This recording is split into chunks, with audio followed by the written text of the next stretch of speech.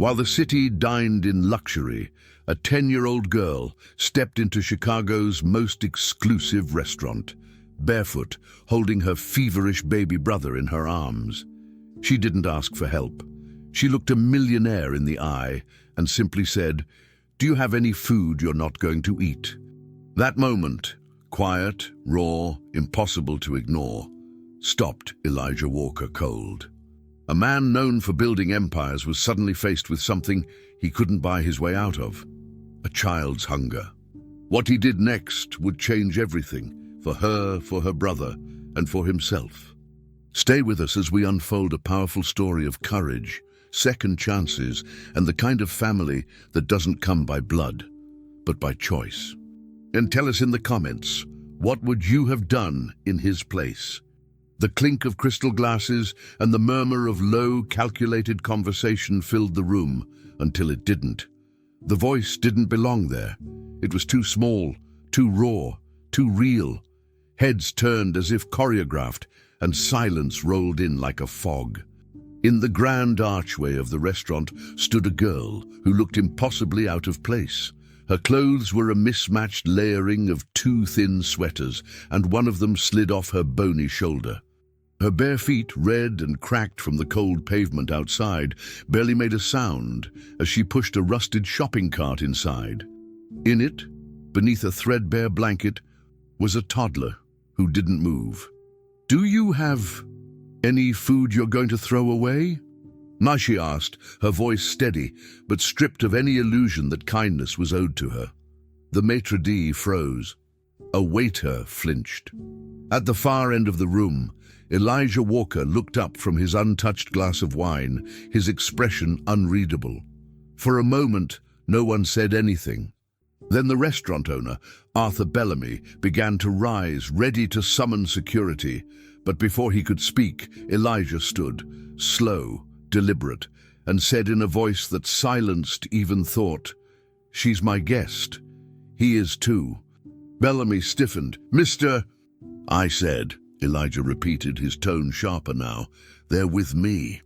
The tension didn't dissolve. It snapped. Elijah stepped away from his corner table, his tailored suit moving with precision, his polished shoes echoing on marble. He crouched in front of Lily, whose eyes didn't blink. They were the eyes of someone who didn't believe in rescue, only delay. "What's your name?" he asked. "Lily," she said. "That's Benji." Her hand hovered protectively over the cart, even though the boy inside wasn't stirring. "He's sick," she added, her voice dropping. "We just needed something warm." Elijah's gaze moved to the boy, then back to her. "You came in here asking for trash," he said, more to himself than her. She nodded once, no shame, just clarity. The waitstaff didn't know what to do. Some whispered, others stared. Elijah turned back toward his table and said to the nearest waiter, "Bring bread, soup, something gentle." He motioned to a booth across from his. "Lily, come sit." She hesitated, glancing toward the door. "If you're planning to run," he added without judgment, "wait until he eats." She stared a moment longer, then nodded.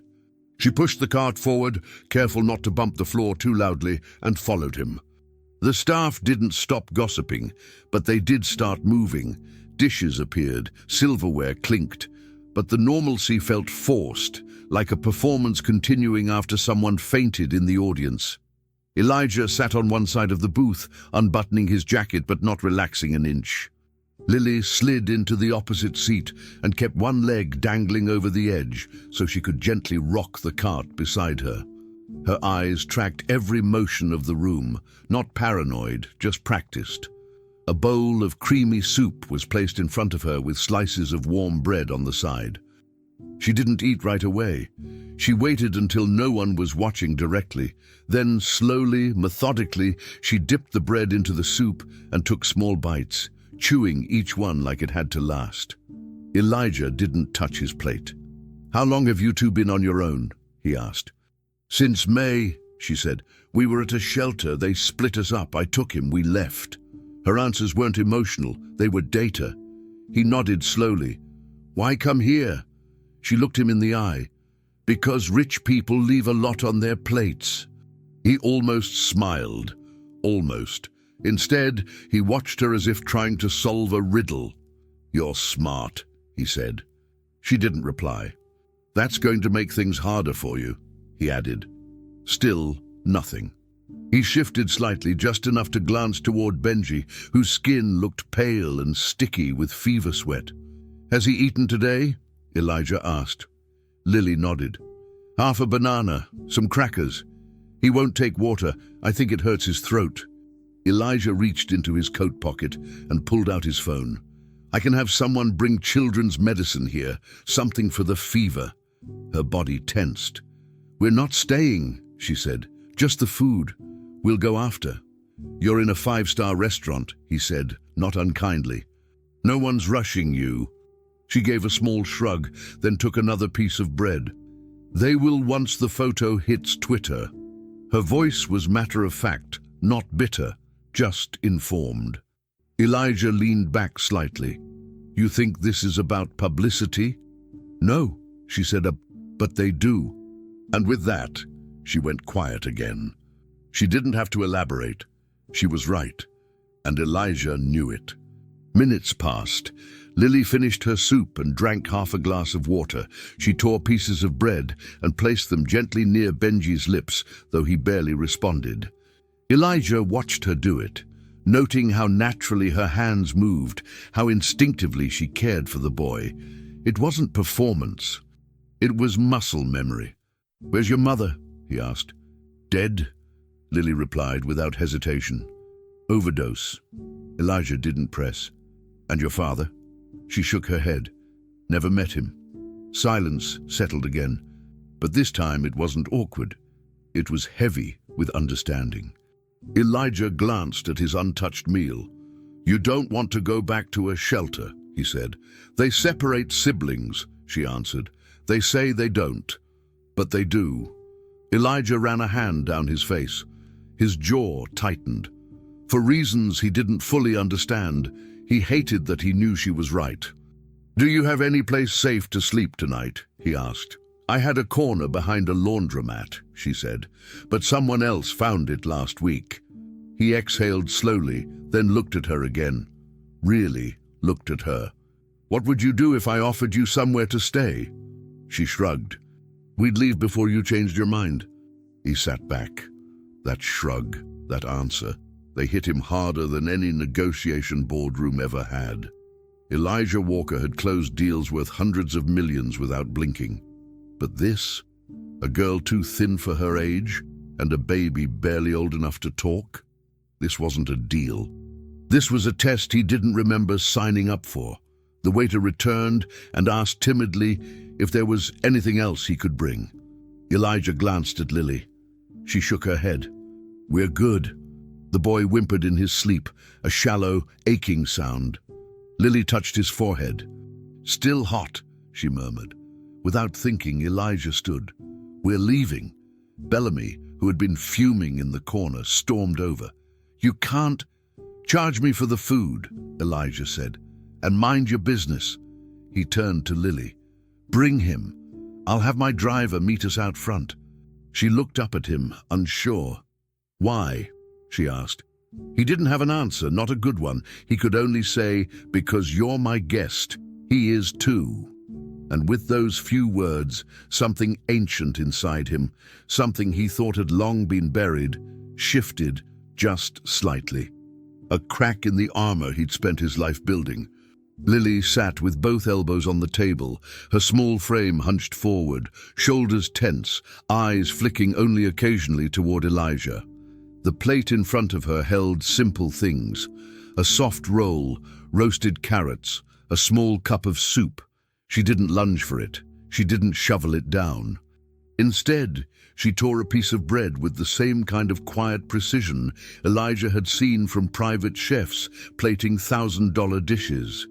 She chewed slowly, her jaw working silently, only swallowing once it was fully gone. There was no pleasure in the act, just necessity. Across from her, Benji slept curled on a chair padded with folded towels and Elijah's own coat, which Lily had insisted on layering under the boy's head before touching a single bite herself. "He gets cold easy," she'd explained. Elijah hadn't eaten a thing. The food on his plate sat untouched, its steam long since faded. His eyes flicked between the girl and the boy, trying to decipher what kind of life had built such practiced restraint in a child so small. And the silence stretched, not out of awkwardness, but because neither of them saw much point in filling it with lies. "So, where were you sleeping before tonight?" Elijah asked finally, voice low. "Depends," Lily answered, her tone clipped but not rude. "Alleys, rooftops, bus stations sometimes, mostly places that don't have cameras." She dipped a piece of bread into the soup, soaking it for just long enough. "Cameras mean people. People mean questions." He nodded, unsure of what to say. "And what about social workers?" He tried, careful not to sound accusing. "We don't go near them," she replied without looking up. "Last time, they said we'd stay together. Next morning, I woke up and Benji was gone. Took me 2 weeks to find him." Elijah exhaled sharply. "You're 10, he said. "You're not supposed to have to—" "Yeah, well," she cut in. "I am, and I do." Her voice didn't shake. It was firm, like stone. She wasn't trying to make him feel bad. She was explaining the rules of her world, a world he'd never walked in, a world he was already too deep in to walk away from cleanly. He studied her, wondering how many adults had walked past her pretending not to see. Benji let out a quiet cough in his sleep, and Lily was immediately at his side. She placed a hand gently on his chest, counting something silently, maybe breaths, maybe heartbeats. Then she adjusted the blanket and returned to her seat as if it were all part of her meal routine. "You don't trust easily," Elijah said. "Why would I?" she replied. "Trust means you expect something. Expectations get you hurt." He opened his mouth, then closed it again. She was right. "And you?" she asked, tilting her head just enough to study him back. "You don't talk much either." That caught him off guard. "No," he admitted. "I guess I never found the need." Lily nodded. "You look like someone who doesn't like noise." Her gaze wasn't accusing, just observant. "People like you, they're always trying to control something. Noise is hard to control."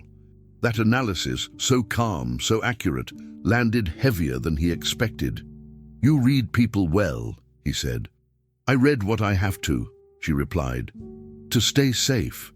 She didn't say it like it was a talent. She said it like it was a burden she'd never asked for. A lull fell again, broken only by the soft clink of her spoon against the ceramic bowl. She wasn't in a rush, but she didn't linger either. Every bite had a purpose.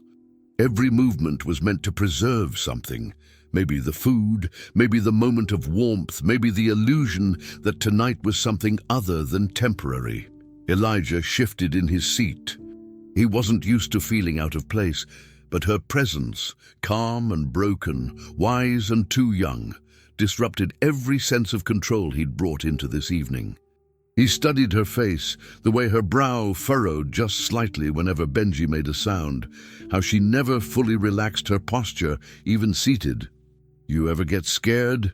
he asked, not even knowing why the question left his mouth. Lily looked up at him for the first time in minutes.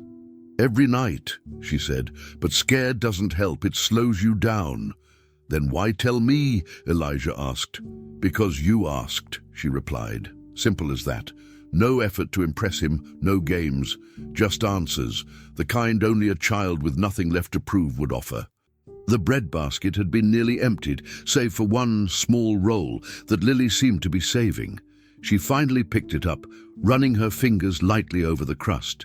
"Thanks for the bread," she said quietly. It wasn't casual, it wasn't offhand. It was deliberate, spoken like a line in a language she didn't get to use very often. Gratitude. She took a bite, and for a second her eyes softened, not with comfort, but with something far more distant. Elijah recognized it immediately, even if he hadn't felt it in decades. It was the look of someone remembering something they weren't sure had ever been real.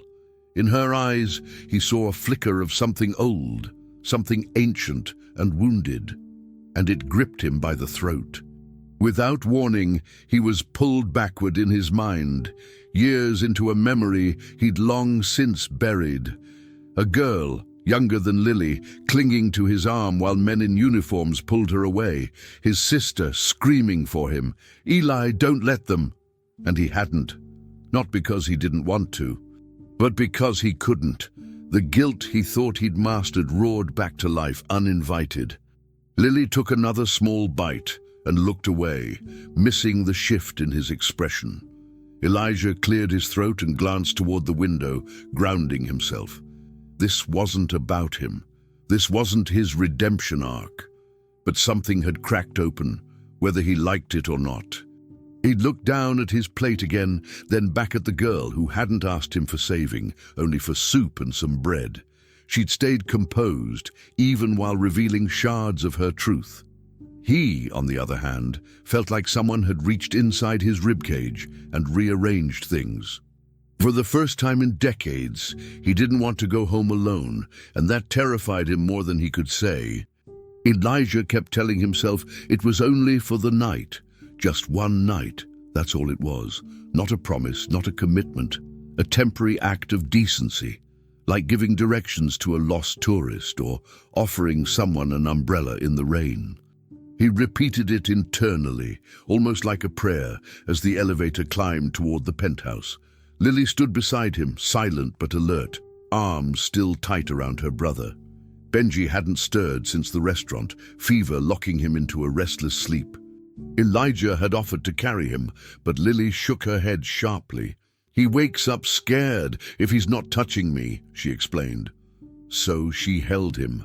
Even when her arms trembled from the weight, she didn't ask for help. When the elevator doors slid open, Lily didn't gasp or stare. She just stepped out and scanned the space, like someone casing a place for exits, corners, threats. Elijah watched her place Benji gently on the oversized couch, its cushions too wide, its leather too cold, and adjust the folded blanket around him with practiced hands. "The couch is clean," he offered. "We don't care about clean," she replied without malice. "We care about safe." A moment later, Elijah mentioned the bath, not insistently, just a soft offer. "There's a guest bathroom down the hall, warm water, clean towels, clothes if you want something dry." She didn't answer at first. Just stood, arms crossed, eyes darting between the sleeping boy and the unfamiliar space around her. "We're not dirty," she said after a pause, the defensiveness clear in her tone. "I didn't mean it like that," Elijah said. "I just thought warm water might help." Another pause. "Then is it a shower or a tub?" "Both," he replied. That seemed to sway her. Without another word, she walked down the hall, shutting the door behind her with a quiet firmness. Elijah stayed in the living room, unsure what to do with himself. The remote lay on the table. His phone buzzed with a calendar alert. He ignored both. He checked on Benji instead, placing the back of his hand against the boy's forehead, feeling the lingering heat. The child stirred, but didn't wake. Elijah sat back, wondering why the room, so familiar, so curated, suddenly felt too large, too hollow, too unfamiliar in its silence. When Lily reappeared, Elijah looked up and felt something in him still. She wore one of his oversized dress shirts, white, crisp, nearly down to her knees. Her hair was damp, slicked back from her forehead, and her feet were bare against the floor. But what struck him most wasn't how small she looked in adult clothing, it was how unguarded her face had become. For the first time since meeting her, the armor was off. She wasn't relaxed exactly, but there was a softness around her eyes, a slight drop in her shoulders, a momentary pause in her constant readiness to bolt. "There's no lock on the door," she said. "Not on the inside." "It's not that kind of building," Elijah replied. "You don't need it here." "You don't know what kind of people live in buildings like this," she said, and maybe she was right. He stood and motioned toward the kitchen. "There's juice in the fridge, crackers too. You hungry?" She shook her head. "I'll wait till morning, in case this is a dream." Her voice didn't crack. It didn't waver, but it wrapped itself around Elijah like something heavy, something impossible to ignore. He watched her settle on the floor beside the couch, one hand resting on Benji's back, like an anchor. She didn't ask for a bed, didn't ask where she should sleep. She chose proximity over comfort, instinctively. Elijah stood for a moment longer, then returned to the armchair near the windows, unable to leave the room, unable to explain why. Minutes passed, maybe more. Neither of them spoke. Eventually, he watched her pull a folded piece of paper from her coat pocket and a pencil that looked barely usable. She flattened the paper on the coffee table, using her hand to smooth it out. At first, Elijah thought she was doodling, something aimless to pass time. But then he noticed the precision, the straight lines, the measurements. She was drawing a floor plan, a house maybe, not a mansion, not a fantasy castle, just a compact, deliberate space, a rectangle here, a hallway there, windows, maybe a small garden in the back. She didn't ask for help, didn't explain. She just drew, eyes narrowed in concentration, mouth pressed tight. It wasn't about pretending. It was about designing something real, something she could almost touch. Elijah didn't interrupt her. He just watched, something unexplainable rising in his chest. It wasn't pity. He'd trained himself out of pity years ago. It wasn't guilt either. It was closer to fear, but not the kind of fear he understood from business. Fear of loss, of failure, of risk. No, this was different. It was the fear of mattering, of becoming someone's anchor, of being chosen when you didn't ask to be, when you don't know if you're enough to hold. He felt it pressing against his ribs, making it hard to breathe. This girl, this stranger, was not asking him for rescue. But by simply existing, by letting her guard down for even a moment, she had exposed the hollowness inside him, the years of silence, of empty deals and colder nights, of going home to a place that was polished but uninhabited. He didn't want to go to bed, not yet. Not while she was still awake and drawing and real and here. He stayed in the chair, legs crossed, hands loose, saying nothing, just listening to the pencil scratch faintly against the page. The house she drew wasn't large, but it was complete. Elijah could see it clearly now, not the paper, but the idea. It had a front door and windows, rooms with purpose, a space that wasn't about grandeur, but safety, stability, something whole. And watching her add the last few lines, her fingers smudged with graphite, her brows furrowed in careful intent, he felt that strange pressure in his chest again. The lines she was drawing weren't just imagined spaces, they were declarations. We exist, we dream, we deserve more than survival. It hit him with a force he hadn't expected, and he turned his gaze away, as if giving her privacy to dream. But it was too late. She'd already changed something. The fear settled deeper. No longer the fear of being alone, but the fear of not being enough for someone who had trusted him, even briefly. He wasn't afraid of failure tonight. He was afraid of mattering too much. And that, more than business, more than pride, was a fear he didn't know how to live with.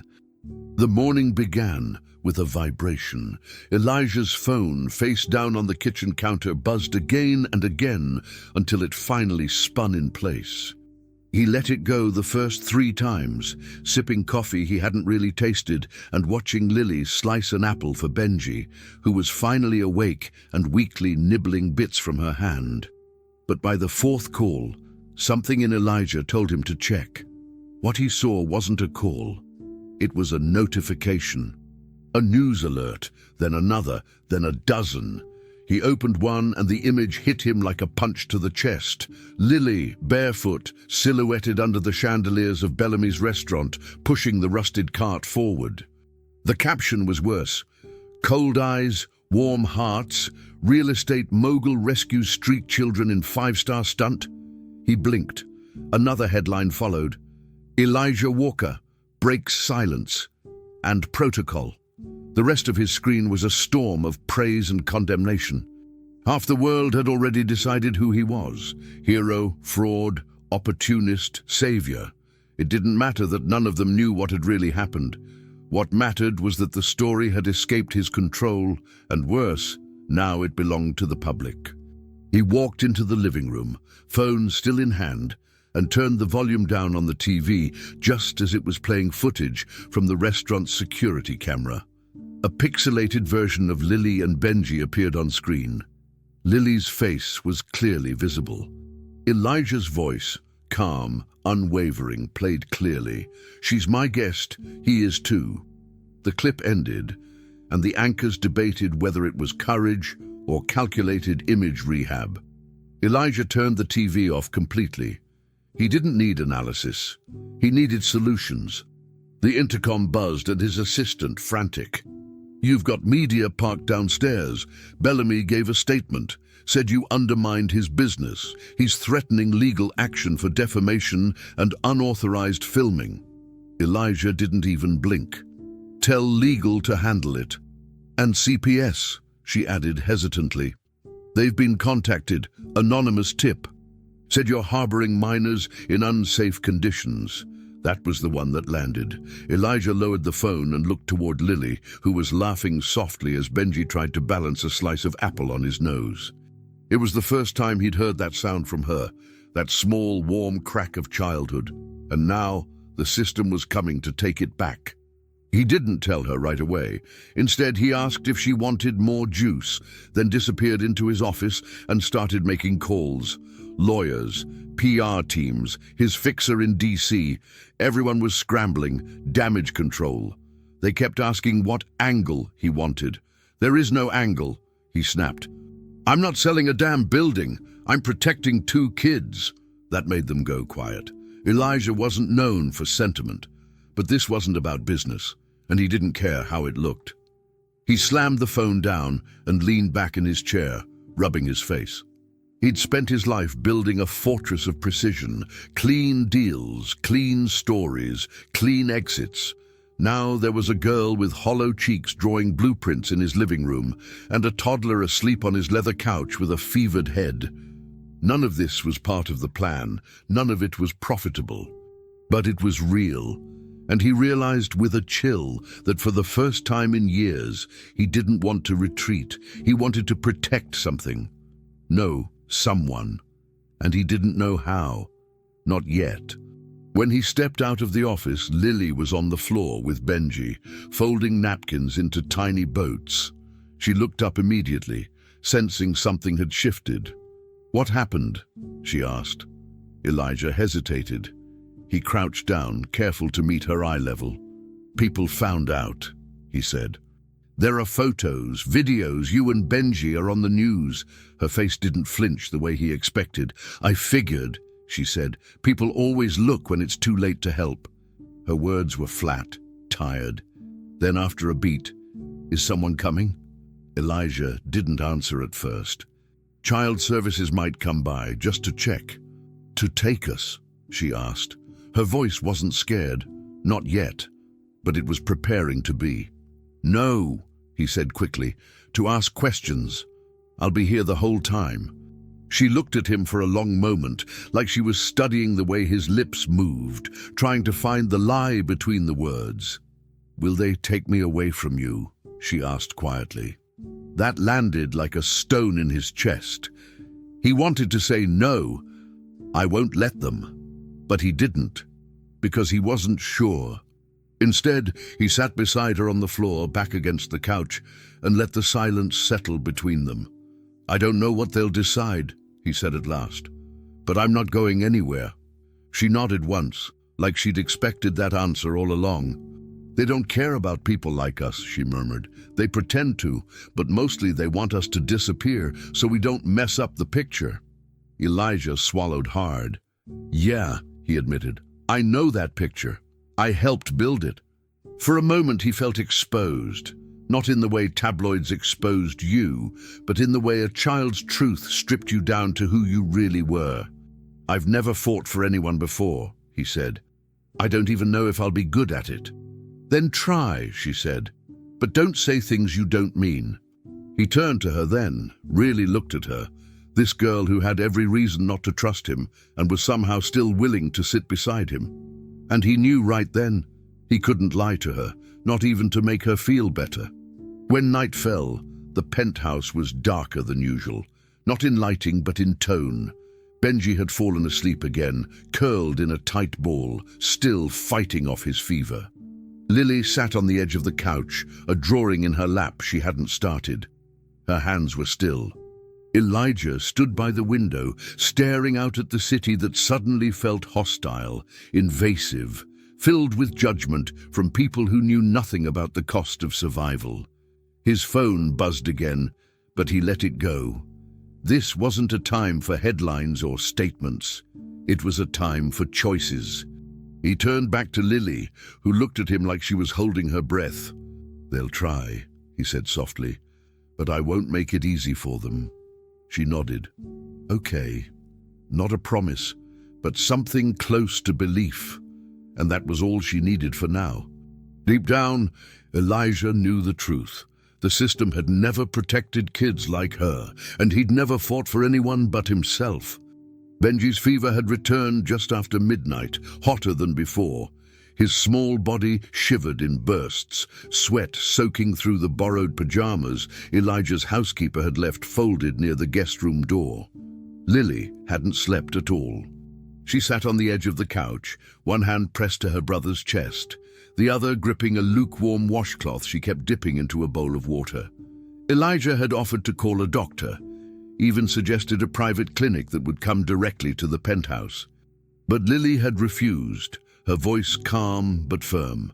"Doctors ask questions," she said, "then they make reports. Reports don't end well for us." So Elijah stayed instead, crouched across from them on the floor, his sleeves rolled up, tie abandoned somewhere hours ago.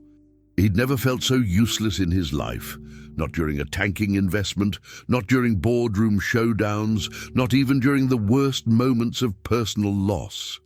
He offered sips of water. He watched the thermometer rise and fall. He asked if she needed anything, and she shook her head every time. All he could do was sit there and bear witness to her quiet kind of war. It was sometime near 3 a.m. when Lily finally spoke, her voice so quiet it almost didn't sound like her. "I used to think monsters lived in closets," she whispered, still focused on Benji's face. "Then I figured out they lived in offices and courtrooms, and sometimes in people who say they're trying to help." Elijah didn't interrupt. He knew better by now. "After the shelter split us up," she continued, "he didn't sleep, not once, just screamed. Every night. They said he'd adjust, but I knew better. So I snuck into the hallway during lights out and I waited 3 nights, just sat there waiting for a chance to get into his room. When I finally did, he grabbed my hand so hard it turned purple, but he stopped crying." Her hand trembled slightly as she adjusted Benji's blanket. "I'm scared," she admitted then. "Not of being homeless or hungry. I know how to survive those, but being separated from him again. That's the one thing I don't think I'd come back from." Elijah felt his breath hitch, because it wasn't just her fear, it was his too. A fear rooted in the kind of memory that doesn't age, only deepens. He didn't respond with platitudes or reassurances. He didn't try to fix it. He just stayed quiet, letting her words settle between them like stones on water. A long silence followed, broken only by the sound of Benji's restless breaths. Then, with her back still turned to him, Lily said, "You had a sister." It wasn't a question. Elijah froze. "Yes," he said after a beat. "How do you know that?" "You get a look in your eyes when you watch us," she answered, "like someone's missing. People don't look like that unless they've lost something big." Elijah swallowed, the memory creeping in uninvited. his sister's fingers slipping from his as the state workers pulled her down the hall, her voice screaming his name, his knees too weak to chase her. He hadn't said her name out loud in years. "Her name was Claire," he said. "They told me it was for the best, that we'd get adopted faster if we were separate." "Did you?" Lily asked. "No," he answered. "I never saw her again." She nodded, and they both let the weight of those truths sit there, raw, unvarnished, undeniable. At some point, Benji's fever dipped just enough that his breathing evened out, his body finally relaxing into sleep. Lily stayed crouched beside him, but her head dropped forward onto her knees. Elijah reached for a blanket draped over the back of the couch and gently laid it across her shoulders. She didn't react, not right away, but after a few seconds he heard it, a sound so quiet he wasn't sure he hadn't imagined it, a shuddering breath, a muffled sob. She didn't cry like a child. She cried like someone who didn't have time to break. Her shoulders moved in barely perceptible jerks, her face buried between her knees, and Elijah did the only thing that felt honest. He stayed. He didn't try to console her, didn't offer words that would only insult the depth of what she carried. He simply remained there beside her as the weight of everything she'd never had the luxury to process finally cracked through. She cried with her back to him, but she let him be there. And for a girl like her, that was trust. They sat that way for a long time, maybe until the sun started bleeding into the edges of the windows. Eventually, the cries stopped, not because everything was okay, but because there was nothing left to let out. Elijah helped her up when she finally stirred, walked her to the guest room where Benji now slept more peacefully, and said nothing more. Words had done enough damage in her life. Presence would have to be what healed it. He didn't go to bed. He didn't make coffee. He just stood there for a moment, watching the door close softly behind her. The city could wait. The headlines could burn. For now, he had done the only thing that mattered. He hadn't run when it got hard. The next morning, Elijah found the note. It wasn't folded neatly or placed like some dramatic gesture. It was just there, on the counter, next to the fruit bowl, written on the back of an old envelope.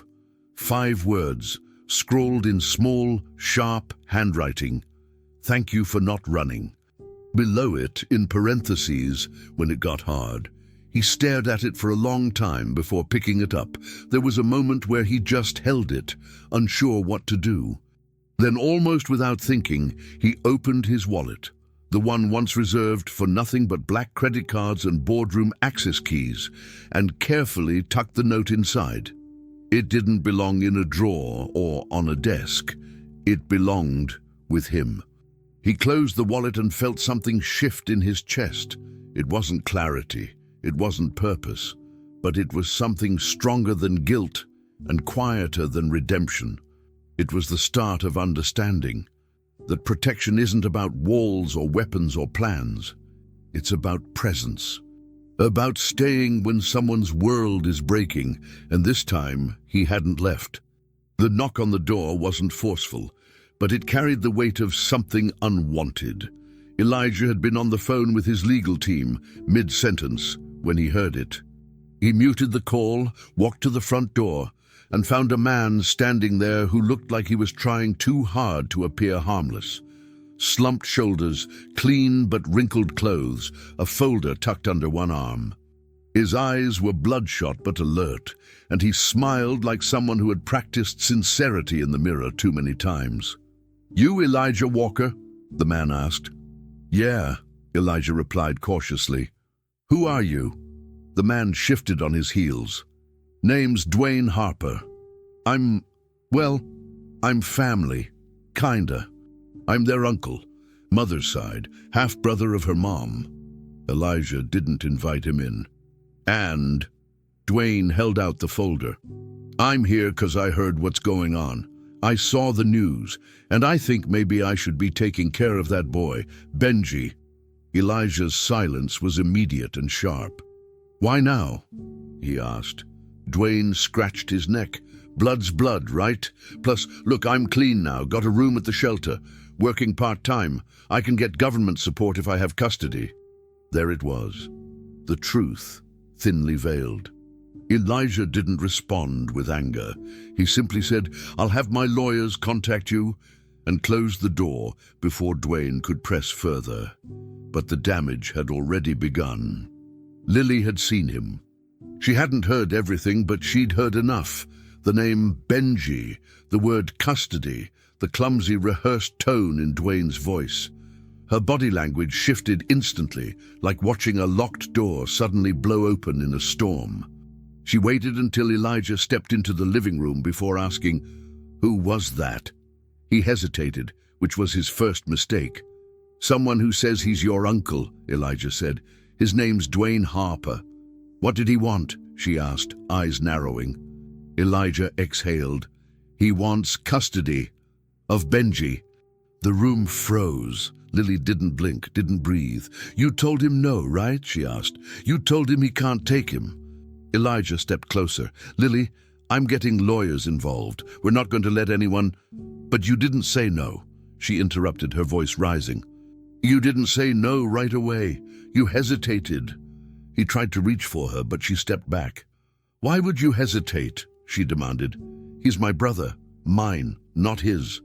The fury in her voice wasn't loud, but it was all-consuming. Elijah took a step forward, trying to remain steady. "Lily, I didn't want to lie to you. The law is complicated. Blood relatives have—" "Blood doesn't make someone a parent," she snapped. "That man didn't care where we were for years. He didn't come when Mom died. He didn't come when we were starving, and now he sees us on the news and decides we're his ticket out." She was trembling now, not out of rage, but fear, the kind that twists in the gut and burns behind the eyes. Elijah opened his mouth to say something, but Lily beat him to it. "You're really going to let them decide if he can take Benji?" Her voice cracked, and that's when the panic came rushing in. "You said we were safe here. You let me believe that." Her voice turned smaller with each word. "I shouldn't have believed you. I shouldn't have trusted this place, or you." Elijah felt the sting of her words more deeply than any insult he'd ever been handed in courtrooms or boardrooms. This wasn't a loss of respect. It was a loss of trust. And trust, when it came from her, was sacred. He tried to reason with her, to slow the unraveling. "Lily, listen to me. I didn't promise because I'm not God. I can't control every outcome. But I swear to you, I'm not going to hand him over. I'm not just stepping aside." She looked at him with hollow, disbelieving eyes. "But you left the door open. That's what matters." Her hands were clenched at her sides now. "Do you know what it does to a person when they have to keep choosing between hope and safety? You made me hope. That's worse than if you'd done nothing at all." Elijah didn't know what to say.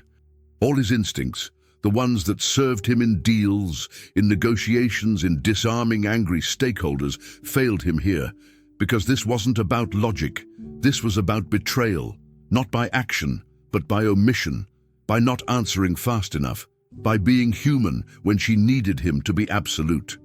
She turned away, arms folding across her chest like armor. "I need space," she muttered. "I need to think." He watched her walk down the hallway, shoulders tight, head low. The crack in their bond wasn't loud, but it was deep, and it was spreading. In the hours that followed, Elijah called every legal contact he trusted, escalating the matter to emergency status. Background checks, custody history, dependency claims. Everything that could expose Dwayne Harper's motives and protect the kids from removal. But none of that mattered in the space between them now. The house felt different, not colder, not quieter, just hollow, in a way that only comes after something important breaks. He stood outside Lily's closed door twice and didn't knock either time. He wanted to tell her he was trying, that he was on her side, that hesitation didn't mean indifference. But explanations wouldn't rebuild what had cracked. Trust, he realized, didn't depend on whether he meant well. It depended on how fast he showed up when she needed him, on how willing he was to choose her without conditions. And he'd failed her test, not with betrayal, but with delay. A delay she couldn't afford. Because when you're 10 years old and the world has taught you that safety is an illusion, any pause feels like abandonment. By the next morning, nothing had been resolved. The legal machinery was in motion, but Dwayne hadn't gone away, and the threat still loomed. Elijah brewed coffee he didn't drink. Benji had slept through the night, but Lily hadn't returned to the living room. When Elijah checked the security monitor, she was outside on the rooftop garden, sitting cross-legged near a planter, staring blankly at nothing. He didn't go to her. Not yet. Because he knew some things had to be earned again, and this time, words wouldn't be enough. The bond they had built, delicate, hard-won, had cracked, maybe not irreparably, but visibly, and he knew now, more than ever, that trust from wounded children is glass, beautiful, but easily broken. Elijah found her exactly where he thought she'd be, in the rooftop garden, in the farthest corner, seated on the stone ledge just beneath the potted olive trees. Lily didn't look up when he stepped outside. She was hunched over a sketchbook, pencil moving in slow, careful strokes. She wasn't drawing a house this time. The lines were fractured, jagged, a wall crumbling down the center, and two hands reaching across the divide, fingers not quite touching. There was no title, no date. Just pain made visual. Elijah didn't announce himself. He sat beside her, leaving space between them, not because he didn't care, but because he understood. Distance sometimes meant respect. She didn't flinch, didn't acknowledge him right away. Her pencil kept moving, outlining chipped bricks and empty space. "You always draw when you're hurting," he said quietly. "I draw so I don't disappear," she replied. "If I can see it, it's real. If it's real, I can deal with it." Elijah nodded slowly. That made more sense than anything he'd heard in days. They sat there for a while, the quiet not heavy this time, but fragile, like the space between healing and further damage. Finally, Lily set the pencil down. She kept her eyes on the sketchbook, her voice barely above a breath. "You didn't promise you'd stay." The words weren't said to accuse him. They were said like a statement of fact, the kind that kids like her had learned to live by. Elijah swallowed hard, his throat tight. "I know," he said. "I didn't promise because I didn't know if I could." Her head turned slightly toward him. Not all the way, just enough for him to know she was listening. "It wasn't because I didn't care. It was because I wasn't sure I was strong enough to matter to you." She blinked slowly, her expression unreadable. He went on, more slowly this time. "I've spent most of my life making sure no one needed me. It was easier that way. Safer. But then you and Benji walked into that restaurant." He shook his head, letting the weight of that night settle between them. "And suddenly I wanted to matter. Not just for business, for real, for someone else." Silence stretched again, but it was different now, charged, expectant. Lily's fingers hovered over the paper. "I don't want to be someone's project," she said. "I'm not broken. I'm just tired of being left behind." Her voice cracked on the last few words, and she quickly wiped her face with the sleeve of the oversized sweater she still hadn't returned to the closet. Elijah reached into his coat pocket and pulled out a folded piece of paper. It wasn't a contract. Not yet. Just a letter drafted by his lawyer, an informal declaration of intent. Legal guardianship, not adoption, not ownership, just a vow to stay. "This is yours to read. No pressure." "No rush," he said. "But I want to be in your corner. I want to be someone who doesn't leave when it's inconvenient." Lily didn't touch the paper. She didn't even look at it. Instead, she stared at the drawing again, the wall with two hands reaching. "It's scary to hope," she whispered. "It's worse than being scared. Hope tricks you." Elijah nodded. "Yeah, it does, but it's also how you know you're still alive." He didn't push. He just sat still, letting her come to her own conclusions. They stayed in that spot long enough for the wind to pick up. Lily pulled her knees to her chest, resting her chin on them. "Benji likes it here," she said suddenly. "He sleeps better now, eats more." Elijah smiled gently. "I noticed." A pause. Then she added, "He's been sick for months. Before we met you, I used to think he might not make it through winter." Her voice went quiet. "But now I think he might." That statement, unadorned and plain, struck Elijah harder than any plea for help ever could have. It wasn't about her trusting him. It was about her trusting impossibility. That Benji might have a future, because someone stayed long enough for her to imagine one. Elijah didn't try to reply with something profound. He knew that words were fragile things, too many, and you might say the wrong one. So he just listened and waited. Slowly, Lily picked up the paper he'd handed her. She didn't open it. She didn't ask questions. She just held it, like someone learning the shape of something unfamiliar. Then, without warning, she reached out and took Elijah's hand, not with fanfare, not with drama. Just a small, quiet gesture, her fingers slipping into his, her palm pressing lightly against his. He froze, then looked down at their joined hands, startled by the intensity of something so simple. She didn't smile, but she didn't let go either. That was her answer. He didn't need to ask for more.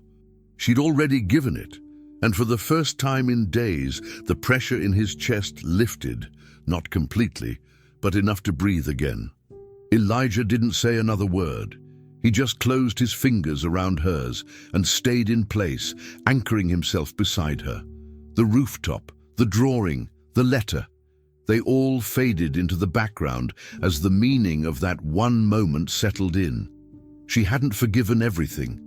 She hadn't forgotten the hesitation, but she was still here, still reaching, still willing to believe that maybe family didn't have to be written in blood. It could be built, choice by choice, hand by hand, and she had just made hers. She didn't smile, but she took his hand in hers. And that was enough. The courtroom wasn't loud, but it pulsed with tension, the kind you didn't hear, only felt. It wasn't the judge's gavel or the rustling of legal pads that made it feel like a battleground. It was the undercurrent of everything that was at stake. Elijah sat at the front, shoulders squared, jaw locked tight. Across from him sat Dwayne Harper, arms crossed over his chest, dressed a little too neatly, like someone trying to look reformed. He kept nodding every time the judge glanced his way, as if pretending long enough could rewrite history. His lawyer, a low-budget fighter with just enough legal savvy to be dangerous, painted Dwayne as a man on the path to redemption. "He's family," she said. "Blood. He's taking steps. Rehab. Employment. And the law, Your Honor, favors reunification where possible." The judge nodded, unreadable. Then the prosecutor stood, holding up a stack of documents. "Your Honor, the children's mother had a documented history of addiction, instability, and abandonment. This uncle had no contact with the children for years. He only came forward after the case reached the media." The words weren't cruel, just cold facts. But for Lily, who sat quietly in the back, they landed like slaps. Elijah's legal team presented next. He didn't say much himself. No dramatic speeches, no righteous declarations. He simply submitted a binder. Thin, not for lack of content, but by design. Every page mattered. First, a letter from Benji's pediatrician noting the improvement in his health. Then photos of Lily and Benji in the penthouse. Small moments, normal ones. Benji asleep with a crayon still in his hand. Lily making pancakes, apron 3 sizes too big. Then came the footage, the restaurant security clip. It played without sound, but the silence made it louder. Everyone watched Lily push the cart inside, watched her speak, watched Elijah stand, and heard the words he spoke, overlaid in voiceover. "She's my guest. He is too." The judge watched, unmoved. The courtroom was still.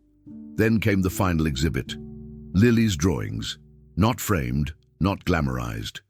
Just scanned pages, handed to the clerk, and distributed among the court. Homes drawn from a 10-year-old's imagination.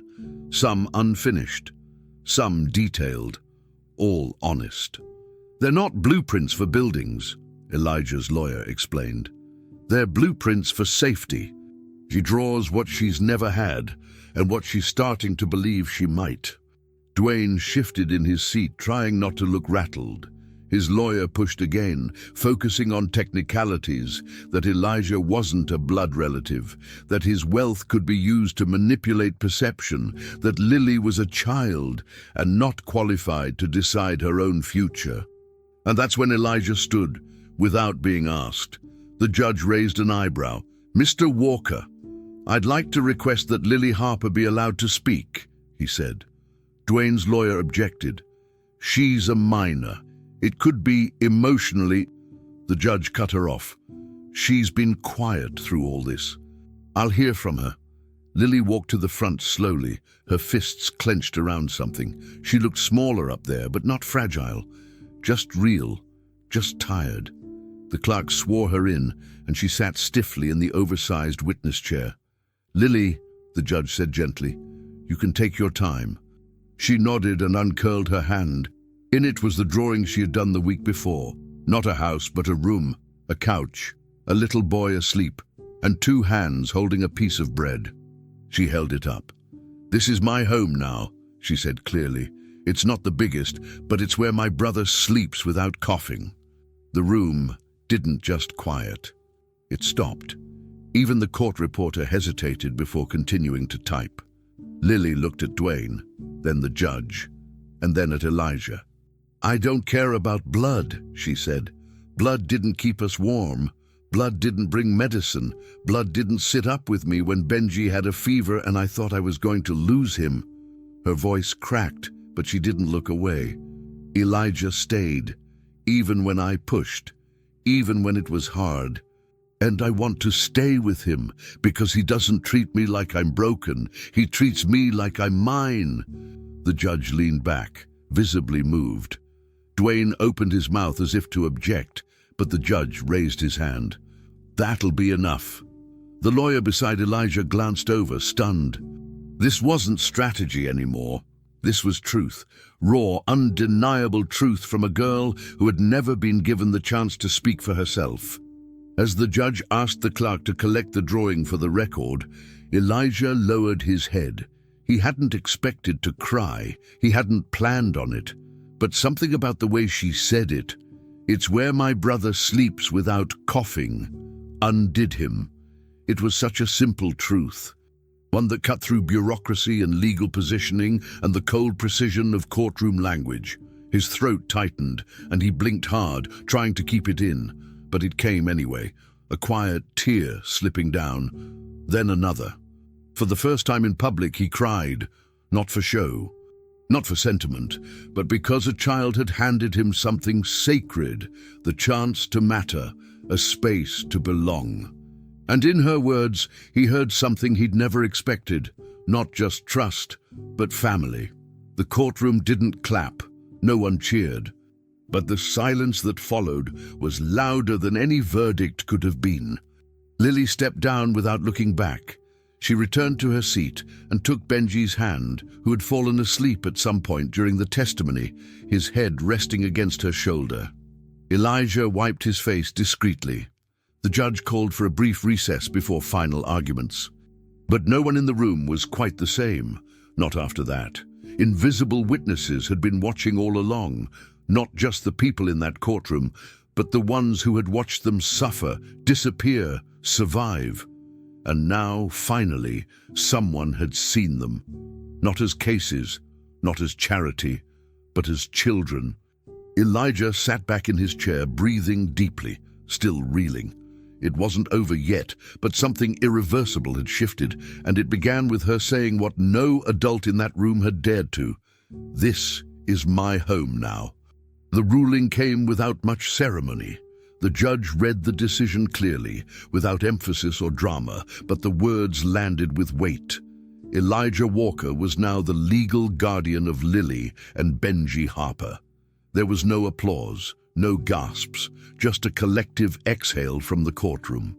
For Elijah, it felt strange how something so life-altering could be delivered in such a routine voice.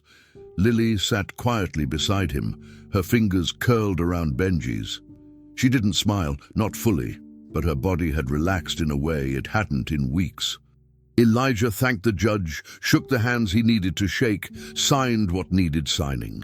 But beneath the procedural formalities, something deeper stirred. Guardianship meant safety. It meant protection. But it wasn't quite enough. Not for him. As they left the courthouse, Elijah held the door open for Lily, then walked silently beside her as she pushed Benji in a stroller. He didn't bring it up right away. He waited through the ride home, waited through the next 2 days. Then one evening, while the kids were coloring at the kitchen table, he asked her gently, "Have you ever thought about adoption?" Lily froze. Her pencil paused mid-line. Then she said, "I need time." He hadn't pressed. It had taken him years to realize that real answers didn't come when demanded. They arrived on their own, when people felt safe enough to offer them. So he backed off. He didn't raise it again. Instead, he focused on being there, the way she needed, not the way he thought he should be. He made breakfast with her instead of for her. He listened when she talked, even when she said little. He let her keep her space, her voice, her control. With Benji, it was easier. The boy had already attached to Elijah like a shadow, but Lily was different. Trust from her didn't come in hugs or thank yous. It came in the subtle ways she let him back in the way she no longer checked for exits when they entered a room, in how she'd fall asleep reading on the couch and not immediately wake up in a panic. He understood that her silence wasn't rejection. It was rebuilding. So he gave her space to grow into the idea of family, one quiet day at a time.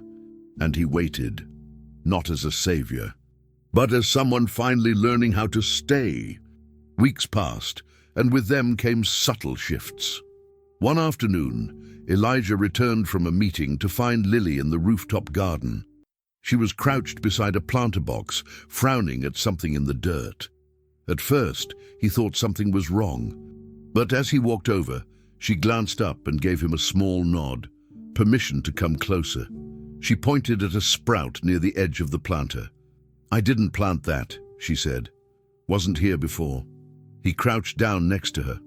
"Looks like it's taking over," he said. "Probably a weed." "No," she said softly. "It's not choking anything, it's just growing." She touched it gently with her fingertip. "I didn't ask for it, didn't expect it, but it's here now, and I think I'm going to take care of it." Elijah didn't say anything. He understood what she meant, because the metaphor didn't need explaining. She stood up and wiped her hands on her pants. "I don't need you to fix everything," she said. "Just don't leave it all to me." Elijah met her eyes. "I won't." It was the closest they had come to a promise in weeks. And somehow, it meant more than any courtroom decree. That evening, dinner was quiet. Not tense, just calm. Benji was busy making a mess out of mashed potatoes, and Lily was unusually focused on her plate. Elijah was mid-sentence about something mundane, grocery deliveries maybe, when she cut him off without looking up. "You can call me Lily Walker," she said, her tone careful, deliberate. Elijah froze mid-motion, his fork hovering in the air. She looked up at him then, her expression unreadable but intense. "But only if Benji is too." Elijah stared at her, stunned. Not because she had said it, but because of how much it meant. Because he knew what she was really saying, that names weren't just about legality, they were about identity, about belonging, about choice. And this was her choosing him, choosing them. A lump rose in his throat and he nearly dropped his fork. He didn't speak, couldn't for a moment. He just nodded once. It was all he could manage, and it was all that was needed. She understood. Lily didn't explain her decision, and Elijah didn't ask her to. He sensed that if he tried to put meaning to it with words, it would shrink something sacred. Instead, The conversation moved on. Benji spilled juice. Elijah cleaned it up. Life resumed, deceptively ordinary. But something had shifted in the air between them. Not a declaration, not a finale, just a quiet claiming. A moment where the unspoken had become understood. Later that night, as he tucked Benji into bed, the boy mumbled sleepily, "Night, Daddy Jar." Elijah smiled softly, heart clenching. Not correcting it, not needing to. He closed the bedroom door gently and stood in the hallway for a long moment, eyes closed, breath held. He didn't need paperwork to tell him what this meant. They were choosing each other. Not because they had to, but because they could. And in the end, that was what mattered most. Not the judge's stamp, not the lawyer's approval, but the choice, freely given, freely accepted. At the dinner table, where things had always felt a little too formal, Lily had drawn a line in the sand and then stepped over it, quietly, on her terms. "You can call me Lily Walker," she had said, "but only if Benji is too." Elijah nearly dropped his fork. He didn't speak, just nodded. That was all he needed. Months passed, and with them the silence that had once clung to Elijah's penthouse like a second skin began to lift. It didn't vanish all at once. It dissolved in pieces, softened by laughter that crept down hallways, by the hum of cartoons in the background, by the light thud of small feet running toward breakfast. The corners of rooms that had once sat untouched now held baskets of toys. Not expensive ones, just mismatched cars, dolls with marker tattoos, puzzles always missing one piece. The fridge, once pristine stainless steel, now wore its own version of a story. Crayon drawings taped unevenly, magnetized stick figures labeled me, Benji, Eli. Elijah didn't remove them. He didn't straighten them. He left them exactly as they were. At first, it had felt like living in someone else's life, but over time, it began to feel like maybe he'd finally stepped into his own. The media had long moved on, their hunger for headlines outpaced only by their disinterest in the aftermath. Bellamy, once furious and litigious, had filed for bankruptcy, but none of that mattered anymore, not really. Inside the penthouse, something new had taken root, something slow, tender, and entirely unplanned. Elijah still woke early, still checked emails with his coffee, still met with board members and investors. But now there was cereal spilled on his agenda sheets, and mornings began with Benji insisting on wearing 2 different socks because they were both lucky.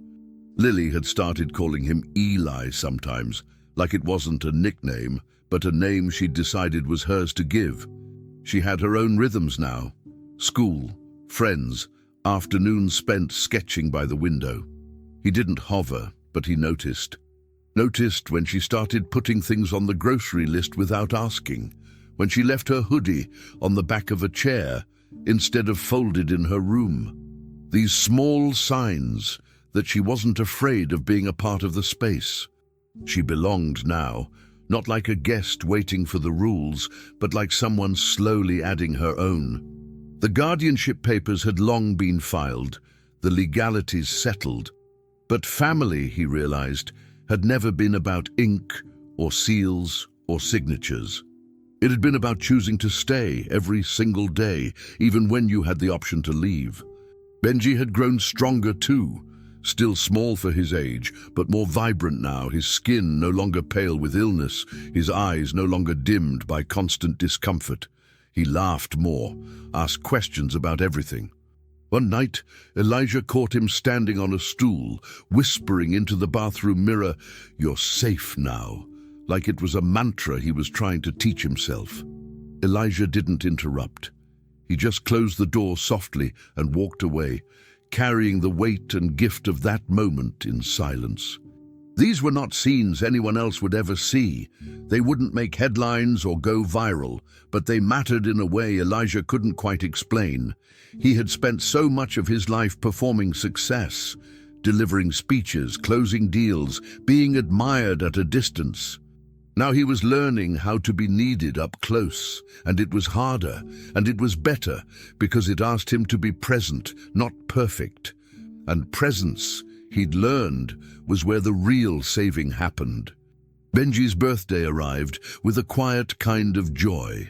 There was no extravagant party, no media, no brand sponsorship, just pancakes in the morning, presents wrapped in newspaper comics, and a homemade cake with crooked candles. Lily insisted on decorating the living room herself. She cut out stars from yellow construction paper and hung them with string.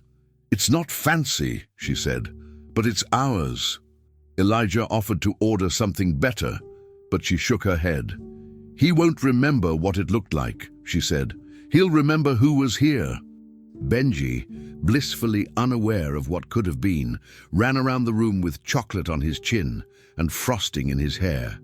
And Elijah, he watched it all. He stood back sometimes, not because he felt left out, but because he was learning to marvel, learning to absorb. It was the first birthday Benji had ever had, with a cake, with candles, with laughter uninterrupted by fear. And for Elijah, it was the first time he had ever seen a day turn into a memory, not because of spectacle, but because of love made ordinary. After the cake had been eaten and the dishes cleared, Lily handed him an envelope. She didn't say anything, just placed it in his hand and waited. Elijah looked at her, then opened it slowly. Inside was a single sheet of folded notebook paper. Her handwriting was a little uneven, her letters pressed hard into the page, like she needed them to stay. "Thank you for choosing me before you even knew me." That was all it said. Nothing else, no signature, no explanation. Elijah held the paper in his hands for a long moment. His throat tightened, and when he finally looked up, she wasn't watching him. She was wiping Benji's mouth with a paper towel, humming something off-key. He whispered the words back to himself, so quietly he wasn't sure they even left his lips. "I needed saving too." Because it was true. Because it had always been true. The girl and the boy had walked into his life asking for scraps, and in giving them something real, he'd finally admitted his own hunger. The kind that success had never filled. Later that evening, after the kids had gone to bed, Elijah stepped out onto the balcony. The wind was soft. The city below buzzed with its usual noise, but it felt distant, muted. In the corner of the balcony sat the shopping cart. He hadn't touched it for months. At first, he hadn't known what to do with it. Part of him had wanted to throw it out, pretend it didn't matter. But Lily had asked him to keep it, quietly, firmly. So he did. Now it was something else entirely. The rusted metal had been scrubbed clean. The blankets were gone, in their place, soil. And from that soil, daisies bloomed, bright, stubborn things. He crouched beside them, gently brushing a hand over the petals. Life, stubborn and beautiful, growing from something meant for survival. That cart had once carried a child through the cold. Now it carried proof that things could change. That things had changed, and in that, everything unspoken was said. We pour our hearts into every story we share here. Each one takes days, sometimes weeks, to shape with care, always thinking of you. If this story touched you in any way, we'd be honored to have you join our community.